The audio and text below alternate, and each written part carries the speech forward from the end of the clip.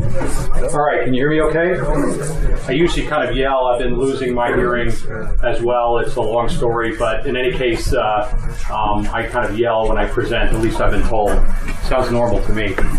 So, in any case, what I wanted to do is, my name is Dave. Dave or David is fine.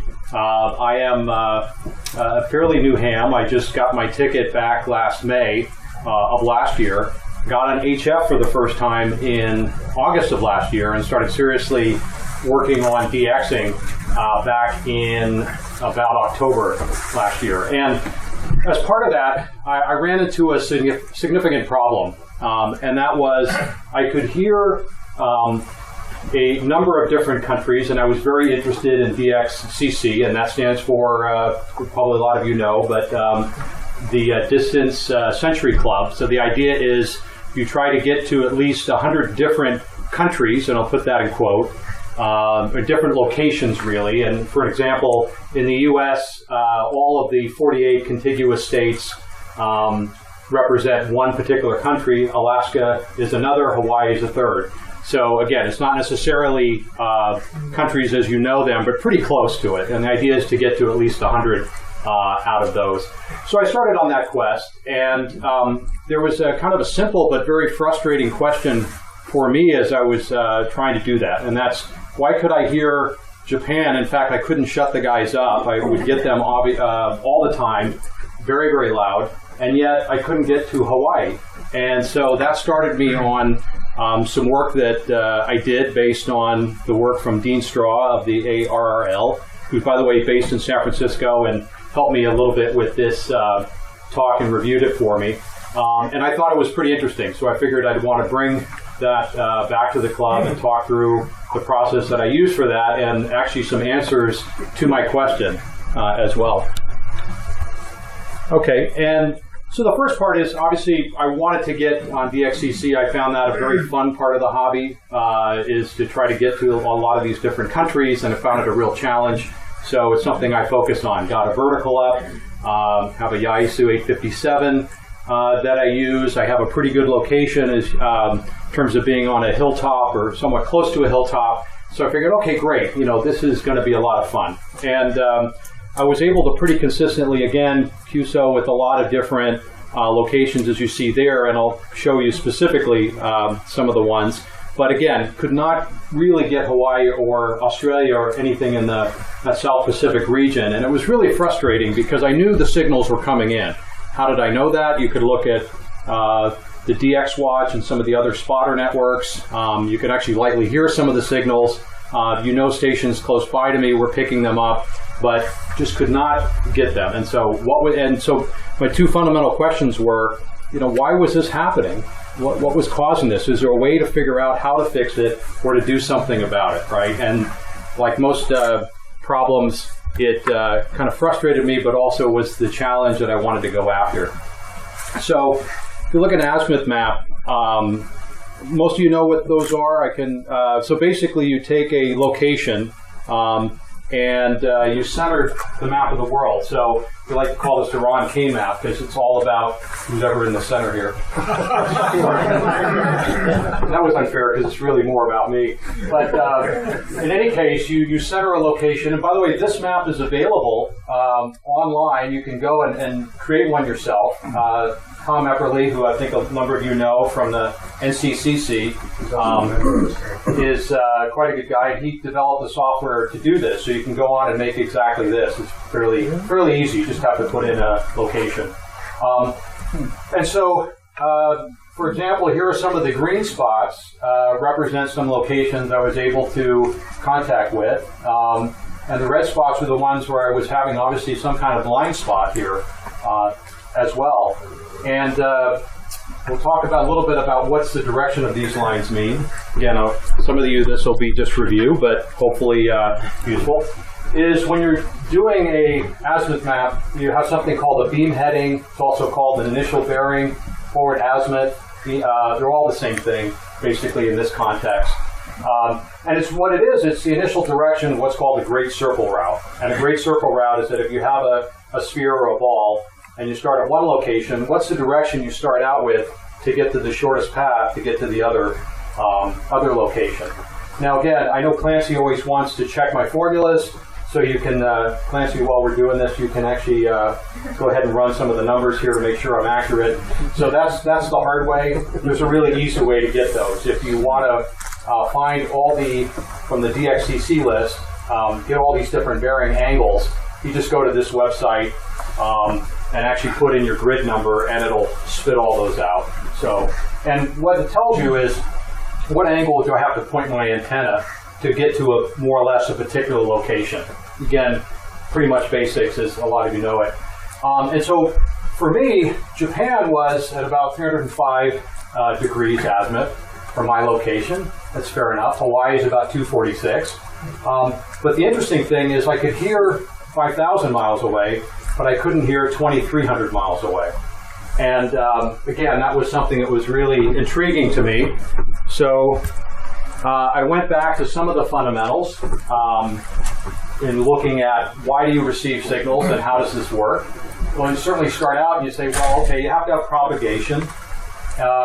You have to have an antenna that's at the right angles to be able to pick up the signals. And there was this third piece, which I had not looked at or modeled, which was around what's the effect of the local terrain that you're on. And given out here in this area, we certainly have a pretty complex terrain for a lot of folks, and want to make sure that understood what the particular impact of this was as well. So I had spent time and I'd looked at propagation predictions, what's the percentage of time you'd actually get to a location. I looked a lot at antenna modeling, as probably a lot of folks do with NEC and other tools. And they really didn't give me any answers as to why I was having the problem that I was having. And I saw a talk by Dean Straw, again, great gentleman, incredibly brilliant. All the good stuff you see out of this talk is really based on his ideas, and all the mistakes, of course, are mine. But he had given a presentation at the last Pacificon about terrain modeling. So I said, all right, I think I can't figure out with these other two what's going on. Let me look at the terrain piece and figure out what's going on. Okay. So again, I just wanted to cover some of the basics. A lot of you know this. Some may not, like myself being a new ham. So I just go through some of it to help make sure we're all on the same page. So as you know, you probably have seen these different 3D patterns for antennas. Hopefully you can see this, a little bit light, but this is a classic 20-meter dipole about 35 feet off the ground, and you see the antenna gain pattern for that. And like it says on the slide, one of the things you're looking for when you do DXing is to have fairly low elevation angles. And this antenna is actually not too bad for that. And to get a little bit of better picture around the angles, you see here in the blue pattern, again, just a cross-section of that previous 3D graph, and this shows the classic lobes coming in. And the blue here represents that if you want to do DX in most locations, in California in particular, you want to have these low elevation angles here. So you want the signal coming in right about here. So you want your gain concentrated down in this particular spot. And this is why verticals and Yagis and others are so desired for DXing, is that they get those particularly low angles as well for this. Make sense so far? By the way, I come from an industry where it's pretty interactive on discussions and talks, so feel free to interrupt me, and if there's something that doesn't make sense or you think I'm just plain wrong or right, either one. Okay, again, one of the other basic ones, HF propagation. Again, to kind of help you visualize a little bit, here's our antenna sitting over here, or an A. So if you have a transmitting station, you see this. I always love how it shows it as such a nice little straight line. The reality is that this ionization layer here that's being formed, that's actually skipping it, is actually quite a bit in flux all the time and moving up and down. And it's never a nice straight line in any case. But that's, again, when you look at propagation maps, they take that into account. But the simple answer is that comes in, it skips off, and it comes in at an angle. And that's why, again, for DXing, these low angle antennas are so desired, because again, there's going to be typically coming in. One of the other things with HF propagation that's pretty interesting is you can hear distance stations, right? But there's actually a zone, this skip zone in here, where between wherever ground waves can get to and wherever it can skip to, there's actually fairly dead area. So actually that's why you can't hear a lot of times HF stations relatively close, but you can hear them thousands of miles away as well.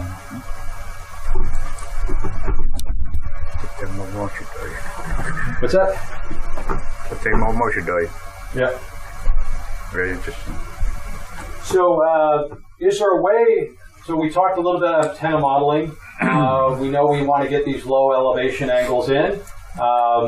Is there a way to be able to assess what's going on with the terrain area? That seems like a pretty complex problem. You'd need to know what are all the elevations at a particular location. You want to be able to process all that information. I mean, how would you do that, right? Well, it turns out that, again, Dean Straw was able to put together a whole process by which you do that. And it's actually, I would say, relatively straightforward. It's not sometimes for the faint of heart, but it's also not the hardest thing in the world either. And basically, there is a piece of software. It's called HFTA, HF Terrain Assessment, that actually models what the effect at a location would be. And this is all, by the way, available as part of the Antenna Handbook. It's been there for a number of years, and it's in the latest one, which I believe is still the 22nd edition. And what it does is and I'll go through some of the output and obviously use my location as an example of what it was able to produce. And I think it actually was pretty powerful stuff, because at least for me, it was able to successfully, I think, predict what was going on as well. And this is also, I think, pretty useful because it's a repeatable process. So you can actually take any location and do the same thing. So if you want to do expedition or figure out whether your antenna works better from one location or another, this will give you at least some insights around that, I think, that are pretty useful. And so why else would you want to do this? Well, really what it came down for, I think for me, but also for others, is this, right? There's a bunch of questions you can ask and get answers to that you can't with classic antenna modeling or propagation prediction, by the way. And those are things like, what if I move it to a different spot? What if I raise up my antenna? Will it be better for this? Also, by the way, although we're going to talk mostly about HF today, this also will apply to VHF and UHF, but you have to use a little bit, obviously, different approach because that's a line of sight. But I'll show you at the end kind of how that works. And then for me, I think, was this fundamental question, right? There's a big hill behind me. With common sense, you know that something's going to be blocked by this hill. So is that blocking my signals to Hawaii? And if so, is there a way for me to get around it? So even though common sense would tell you, hey, there's something there that's blocking it, the question is how much, and is there a way I can mitigate that particular effect? Okay, and one other thing before we get into some of the results I wanted to cover was just, again, propagation, these different angles and so forth and receiving. It's fairly complex. So one of the things, again, to visualize what this particular tool is going to be doing is, if you look at terrain and you look at radio waves coming in, there's a couple of different effects that you have that basically this particular software is modeling. One is reflections, where radio waves coming in and being reflected off, kind of the classic Newtonian physics. And the other one is a diffraction effect, which when you hit hilltops or mountaintops, you will actually get cones. Actually, if you visualize this, it's kind of a cone of diffraction that comes in that will change. And you also can get compound effects as well, where you get both occurring. So this particular software models all of this kind of stuff. And luckily, you don't have to know anything behind it. You can just be able to get the results. I have a question. Sure. Does it model losses? In other words, efficiency of the reflection? It does, actually, to some degree, with it. But I don't think it's a very sophisticated model in that case. I think it takes into account like average ground, things like that. Good question, by the way. And again, one of the important things, remember, it's software, it's a model, just like they're finding with climate change. It's not a simple case, right? So this kind of software, and my background, by the way, is in simulation and modeling, so I can say this authoritatively. Models are only as good as the input and the assumptions that are made. They're very, very useful, but again, it's not a complete or the final answer in most cases. But again, it's worse than that. Even the equations you're trying to model are approximations. Absolutely. Second order. Probably first order in this case. But a little bit of second order because you have the diffraction. You have the advantage that what you get with this, you can test it. Yes, exactly. And I'll show you one of the tests that I used for that to at least gave me a little bit better sense that it was accurate. All right, so what's Home Sweet Home look like? Well, hopefully this all makes sense. It's a Google map. We're over here somewhere in Livermore. I actually live here in Dublin, in the West Hills here, in this little location over here. And here's our 580. I'll point that out just because I'll refer to that again. When you start looking at the other maps, you can get lost, but I always tend to use 580 as the benchmark for that. And I'm up around 700 feet or so not too bad of a location for this kind of stuff. So it turns out one of the nice things our government does, the USGS, is provides elevation data, because obviously if you're going to model terrain, you need to have a model of the terrain. You go out with GPS and an altimeter and go do that, or you can go to this particular website and you can pull down the particular map that you want to see. You see here, this is actually the same location I showed you on the previous map here, the red cross. This black line here is more or less 580, at least a straight line view of it. Goes through the mountain pass over here, Pleasanton down here, San Ramon up here, Dublin over here. I think Livermore is actually about here in this particular map, so it's a little smaller. And this is all available for free. You just need a lat launch and put it in, and you can download actually as large, more or less, or as small as you need to give you the elevation angles. And so what we're going to do now is, let me take this particular box here.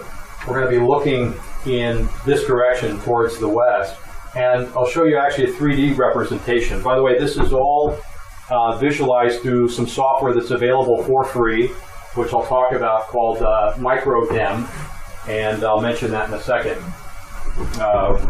where you can find that.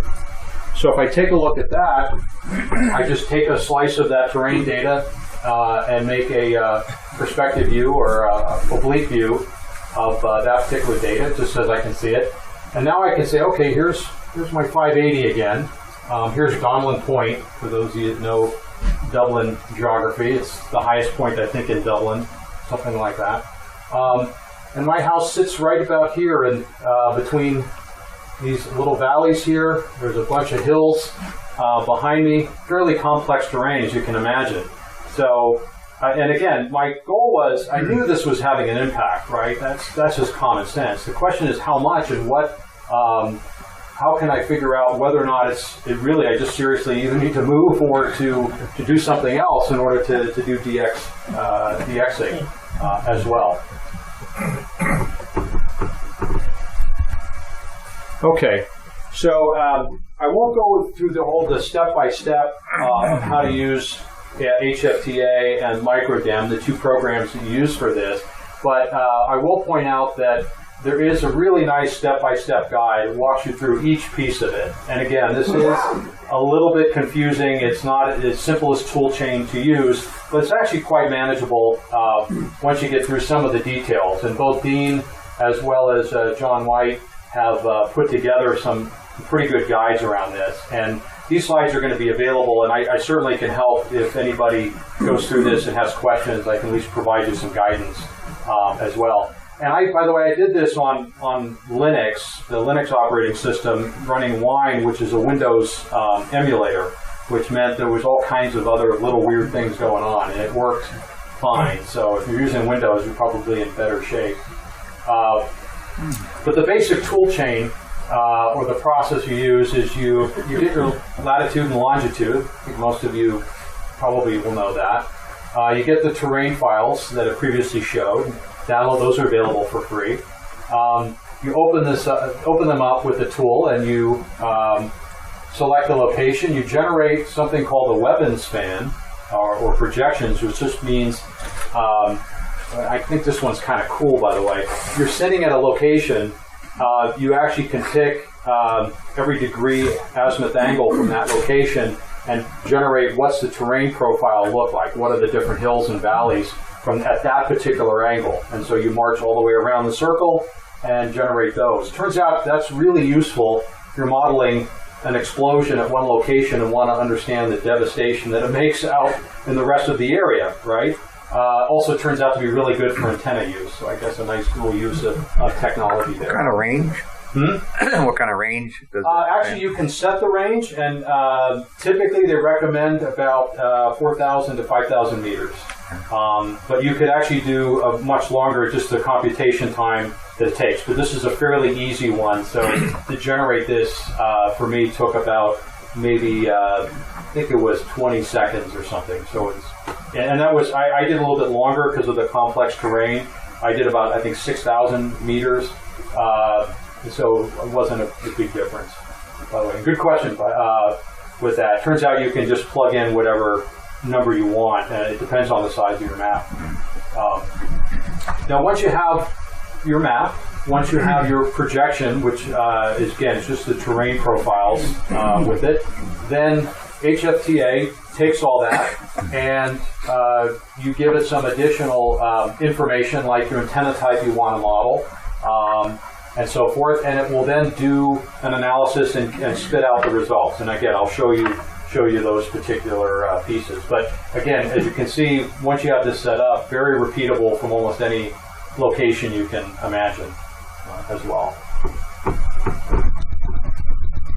All right, and this is what it looks like. Again, I won't go through all the details, but just to show you, this is almost everything HFTA does, so it's not like there's multiple screens. There's one or two more screens, but this is it. You basically put in your terrain files that we talked about, those projections, your antenna type, the heights at which you want to put them. You put in an elevation file, which is, I'll show you what that is. It's a list or statistical list of all the angles from a particular location, like a Japan or Europe, that are going to be coming into your particular area. What's the average that those angles are going to be at? So this gives you some idea around the propagation effect. And then you press compute, and it gives you some great information around that. And that's pretty much simple as that. I think also frequency you need to enter as well. Okay, right now we get, I think, a little bit more interesting part once you see the tool chain. And now you're going to see HFTA and some of the examples that we have. So first one is, this is from my location to Japan. This is at a 305-degree angle. So if I'm standing over here at my spot, and by the way, this is the antenna here, about 35 feet up. So the question is, this is what the terrain looks like at that 305-degree angle going straight out towards Japan. Oh, by the way, this, about 14,000 feet.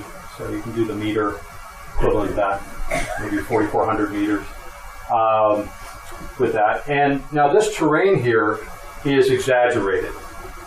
If you look at the scale here that's on this particular map, this goes up to about 1,100 feet, and over here, you're about 14,000 feet here. So obviously the scale is going to emphasize the peaks and valleys, but that's kind of on purpose in order so you can see those. But if you can't necessarily take that graph and measure an angle directly from here. And if you see on this particular location, you see, okay, there is actually a pretty good sized hill, or at least a bit of a hill, out about 4,000, about 0.8 of a mile.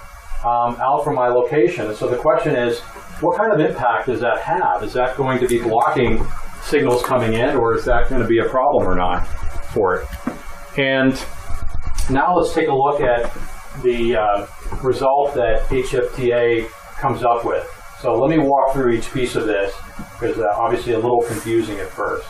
So the first part to look at is down here you have your takeoff angle for the signal coming in. So, and it ranges between 0 and about 25 degrees. So obviously this is in our DX range here. And each of these angles, there's a obviously bar here that's representing, that represents the elevation angle opening that occurs at that angle. Simply put, what percentage of time, on average, over an 11-year solar cycle, is the signal coming in from from Japan to San Francisco? What percentage of time is that angle going to be where the signal is coming in from?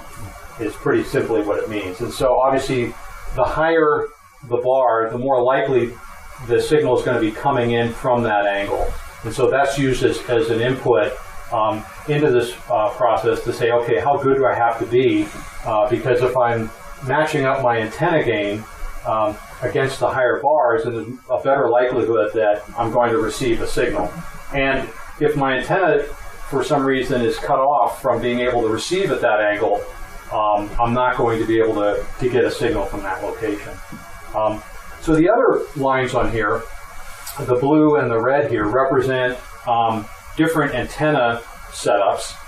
One over flat ground. This is my dipole over a flat ground location. So this would say, this would show you the gain that you should expect at each particular angle, at the same angles that you're seeing there. And this, the flat one is used as kind of a control case to be able to set what you're looking at. And the red line represents, I think, the really important one here, which is, okay, for my particular terrain, showing that little mountain and all those things, what's the effective gain that I should expect to see for a dipole antenna, given the particular terrain I have? And you can actually see here that although I'm cut off from extremely low angles here, anything below 4 degrees or so, I actually am experiencing a significantly better gain over a dipole at these particular angle range. And that's represented by the gain effect up here. And in fact, it turns out that the gain of this antenna is almost, or pretty good, lines up with the expected angles coming in from Asia or from Japan. And so the way that you measure that is kind of a simple weighted average where you basically look at these effects and these effects, and there's kind of an integration under the curve.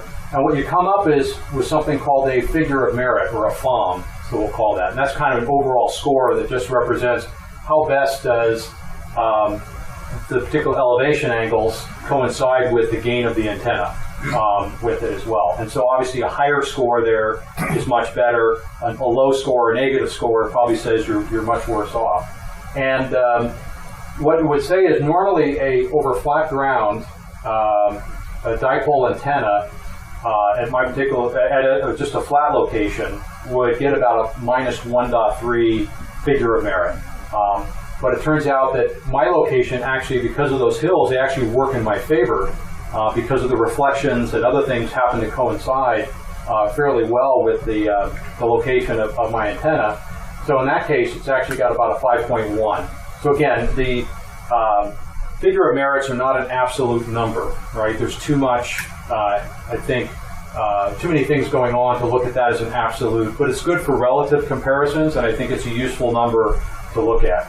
So again, what HFTA would have predicted in my particular case is there's a significant positive impact on these elevation angles coming in from Japan, and actually would be much better than what it would be over flat ground. And although there's some attenuation here, some high-pass filtering effect, it turns out that only a smaller percentage of time are the signals coming in. So I should, in other words, what it says, should be able to hear Japan just great. And that's pretty much how it works out. Dave? Yes? It seems to me, though, that most of us have the ability to just put our antennas where we can.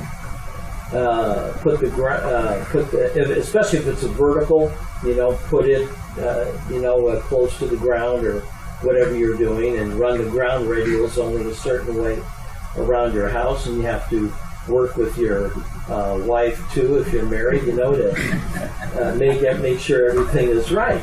And when you turn your radio on, you know that the HF propagation is all over the place quite often, and you really take the signals that you can get. And a lot of us don't really have the ability or the property to get that antenna up a good quarter wave to get the best angle of radiation, and so we try to make it work the best we can. But I understand what you're doing, and it's very important, and I commend you for that. No, I completely agree. I mean, it's the same problem I think we all have. If I add a location, there's only so many things I can do. I think what was useful in this, and you'll see some of the impact, was could I do something? What if I was able to convince neighbors and my wife to raise up the antenna?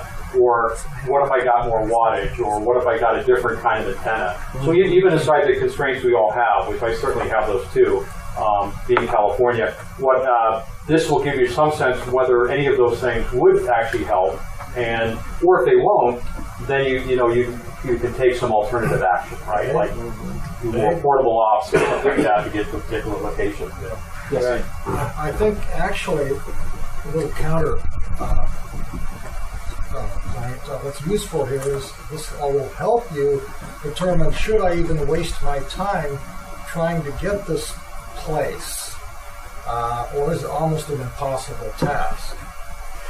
Exactly. For me, that became the fundamental question, right? Which was, should I bother or not? Was there something I could do? And if not, if it was a lost cause, at least from that location and the parameters that I had, then I needed to look at doing something else, like going to some other location, and we'll talk about that a little bit at the end. But that's what I want to understand, was at least get some sense around whether it was, if you're just trying to talk to a brick wall, then it made no sense. You had to do something different.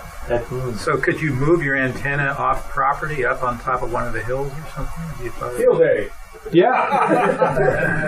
I personally, I could. It'd have to be portable ops, and I'll talk and simply on that. In your neighborhood, is that possible? Yes, it turns out it's a East Bay Regional Park, so all I have to do is go up there at night. The other thing is I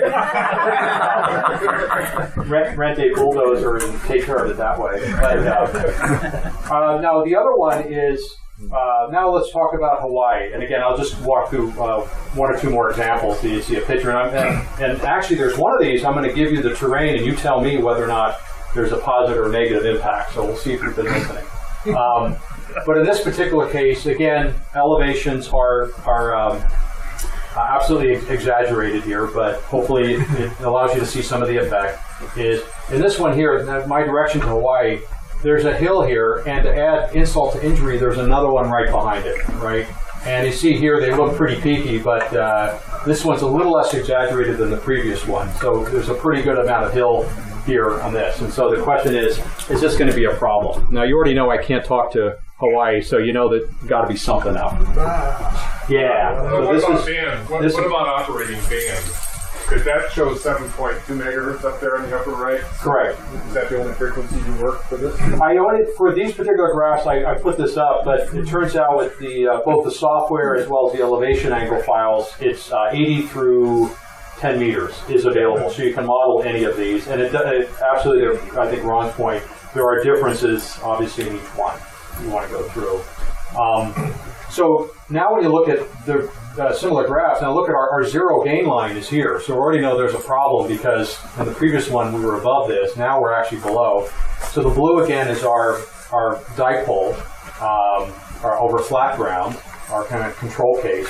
And you look at the elevation angles coming in from Oceania, which include Hawaii, and it turns out that on average they're all stacked at pretty low angles. You want to be able to pick those up.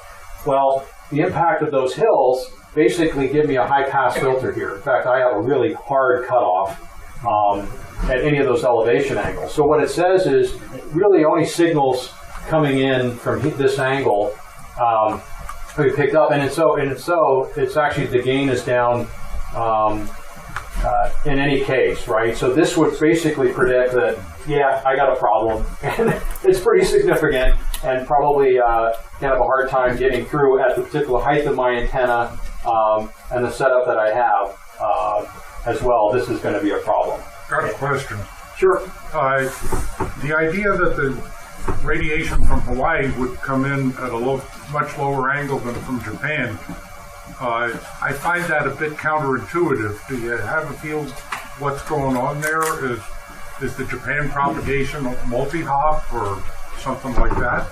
I think it's more to do with the elevation angle files. I didn't go into kind of critiquing the particular ones, but I think maybe because of the ones coming in from that location, being that they include Australia and others, maybe that they're factoring that into account, so that brings the average down. I think it's a good question. It's one I can ask Dean and see if he has some insight into that. That really, with the same file that you're using for Hawaii, also apply to Australia, because that's at least according to procedure how you would follow it. Okay, that as well.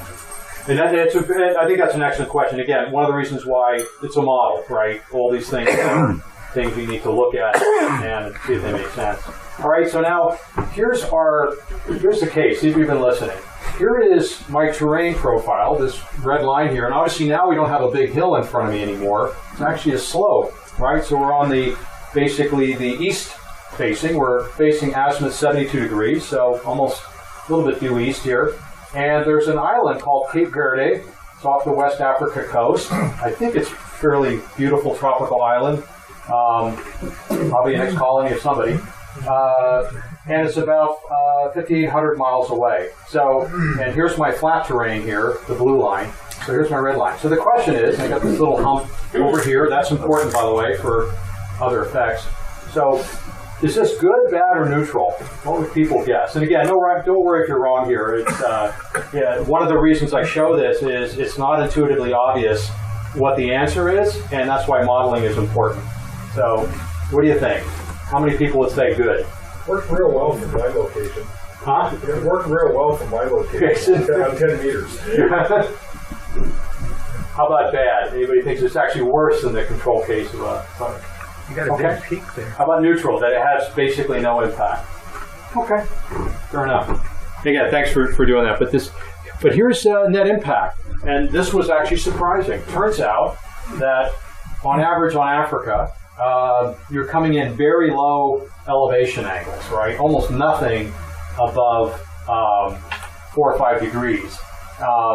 But in my particular, that terrain I'm showing you, and this is why being on a hilltop is a good thing for HF, it actually gives you quite a bit of gain enhancement, and particularly at lower elevation angles as well. So it turns out being on a hill in that particular location works out pretty well, that will coincide with these low elevation angles and actually give you some enhancement there. Much higher than what you would see in the dipole control case. So what this is predicting, and that's what these really are, it's just predictions, is that I should get really good enhancement in that particular direction. And I do. I can talk with the D44, I forget the call sign. D4C is the one that I talked to. Okay. Yeah. But I get that particular area. Again, can't shut them up, right? Out there, and I can get surprisingly strong for low power and everything. Yeah. And again, I can't talk to Hawaii; it drives me crazy. So what happens? And there's 3 cases there. Showed you sort of a good, bad, and actually interesting case. So in that one, what happens if I take all of those angles and basically add those up and look at what it's telling me. So this is a representation of that, not the absolute number, but it's pretty close. So that basically in about 270 degrees direction, I get either good or enhanced kind of gain in those particular ones because of the terrain, right?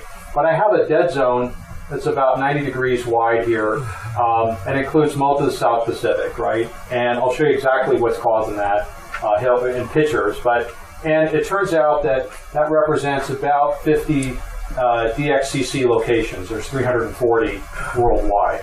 So I also can take a look at what the net impact is on that. So that's my dead zone. And here's why. Pretty simply, again, probably common sense, but the other one is this gives you pretty good insight what's possible. Is, again, these are exaggerated, but if I stand at one location and I do a 360-degree panoramic view, by the way, we're all sitting out here in Livermore, right here. There's this big hill right behind me, and turns out Hawaii is smack in the center of it. But it turns out just a little bit over here, even though there's a small here, that's Japan. And I'm able to, again, pick up this just fine. And this is anything going into this area, which, again, is that 90-degree slice or so, is going to be attenuated or cut off. And the rest of it's actually pretty good as well. By the way, another free tool that's available, it's called Hey, What's That? Love that name. And you just basically, same thing, put in a launch and it will give you a whole bunch of information around that site. And this one's really nice. It's web-based and it will give you projections, it will give you terrain, a whole bunch of things too. It won't do the HFTA stuff, but again, as our friend Bob Dylan said, you don't need a weatherman to know which way the wind blows. You know, if you're at a location and you take a look and see there's a big hill here, maybe it's going to be a problem too. But this allows you, both this and I think the other one allow you to go look at a portable or remote location very, very quickly and figure out whether or not that's a problem. What was that bottom figure? The bottom figure is a terrain. Thank you.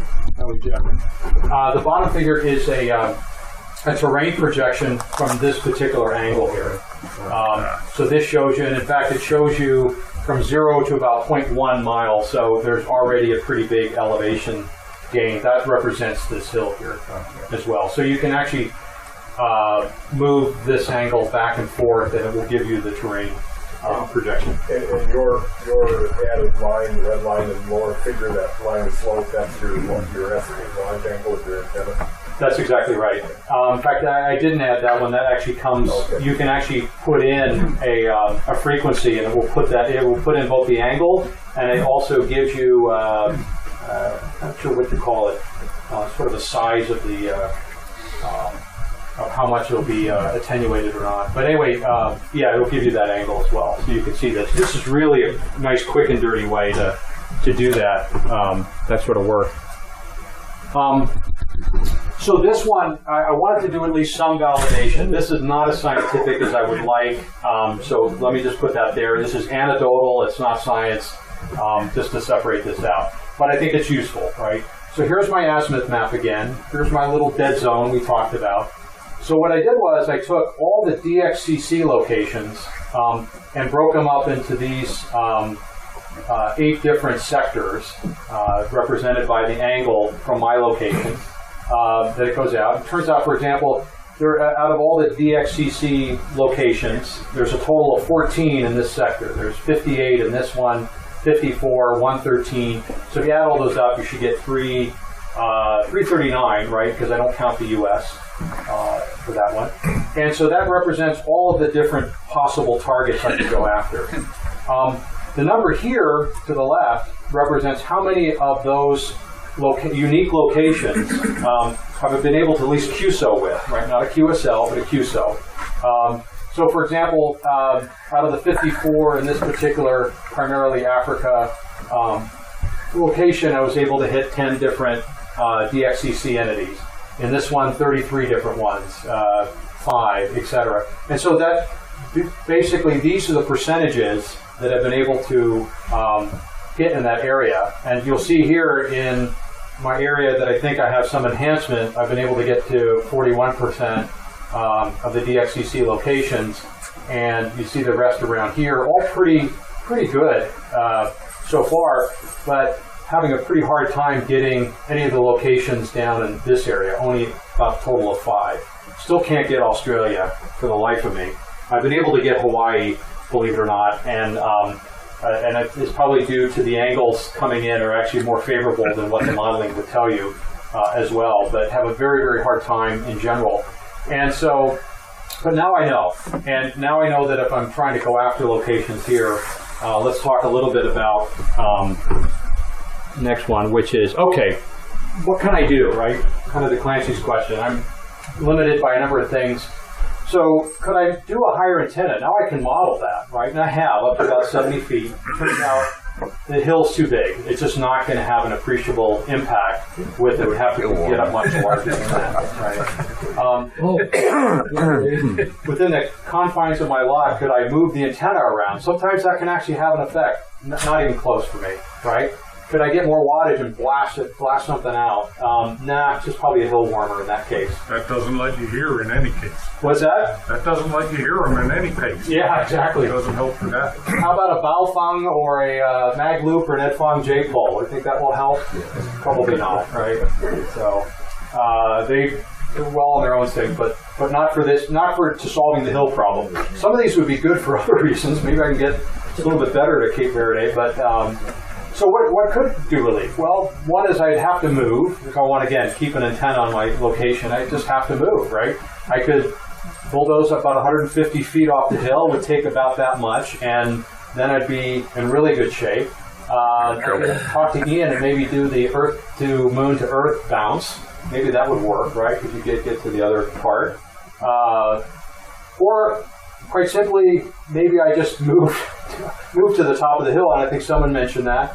That's actually what I'm planning to do, is start there or to some other location to get those additional contacts, right, and not get too frustrated by it. So you could use the Tesla approach, put a boat about halfway to Hawaii, radiate about a megawatt vertically, cook up a good cloud of ionization there, and get a strong. Yeah, there you go. There are a lot of ways to solve this problem, right? I didn't thought about that.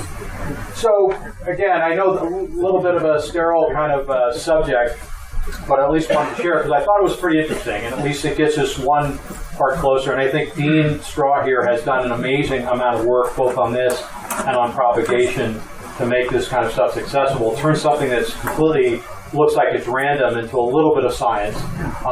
So I think I can say for myself, HFTA generated something that was fairly consistent to what I was seeing. So the results worked, at least for me. I also think, like in most of these cases, it's a pretty complex situation. It's not always common sense that will give you what the answer is. So in terrain effects, that's certainly true. And if you haven't taken that into account for this, it's very important to do so. And in my case, it was fundamental. And I think we mentioned this before. Look, it's just a model. It's not the truth as written by a higher authority. So take it as such and use it to hopefully help your understanding. The other thing that you can do with some of the things, I won't go into all the details, but that you can do with this is, it turns out Dean actually added a whole piece of how to do propagation predictions and included in this model. So now you have your antenna model, you have your terrain effects, and now you can actually do predictions on propagation. So you can put the whole package together and say, okay, whether now or some point in the future or in the past can I get to a location. Pretty powerful stuff. I thought the terrain and projection viewing piece, and not only using the tools I showed you, but some websites like Google Earth or Hey What's That, very, very useful as well, and pretty easy to use. And for example, VHF, UHF coverage maps are easily produced by these things, and in fact, you don't have to do all the HFTA modeling. You just pick a location, and you do what's called a viewshed or horizon blocking. It's a one-step algorithm, and it will actually give you a nice coverage map or pretty good prediction of what your coverage should be for VHF from a location.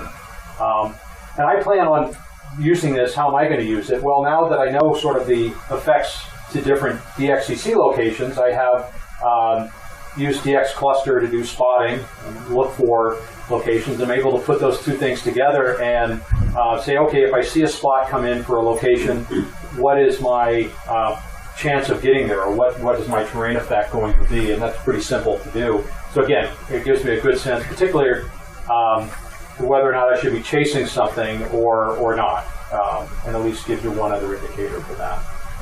And last part I'll do is, again, just cover some of the credits here. I won't go through all the pieces, but you see here, and I'd certainly be helpful to help anyone if you're interested in doing this yourself with using some of these.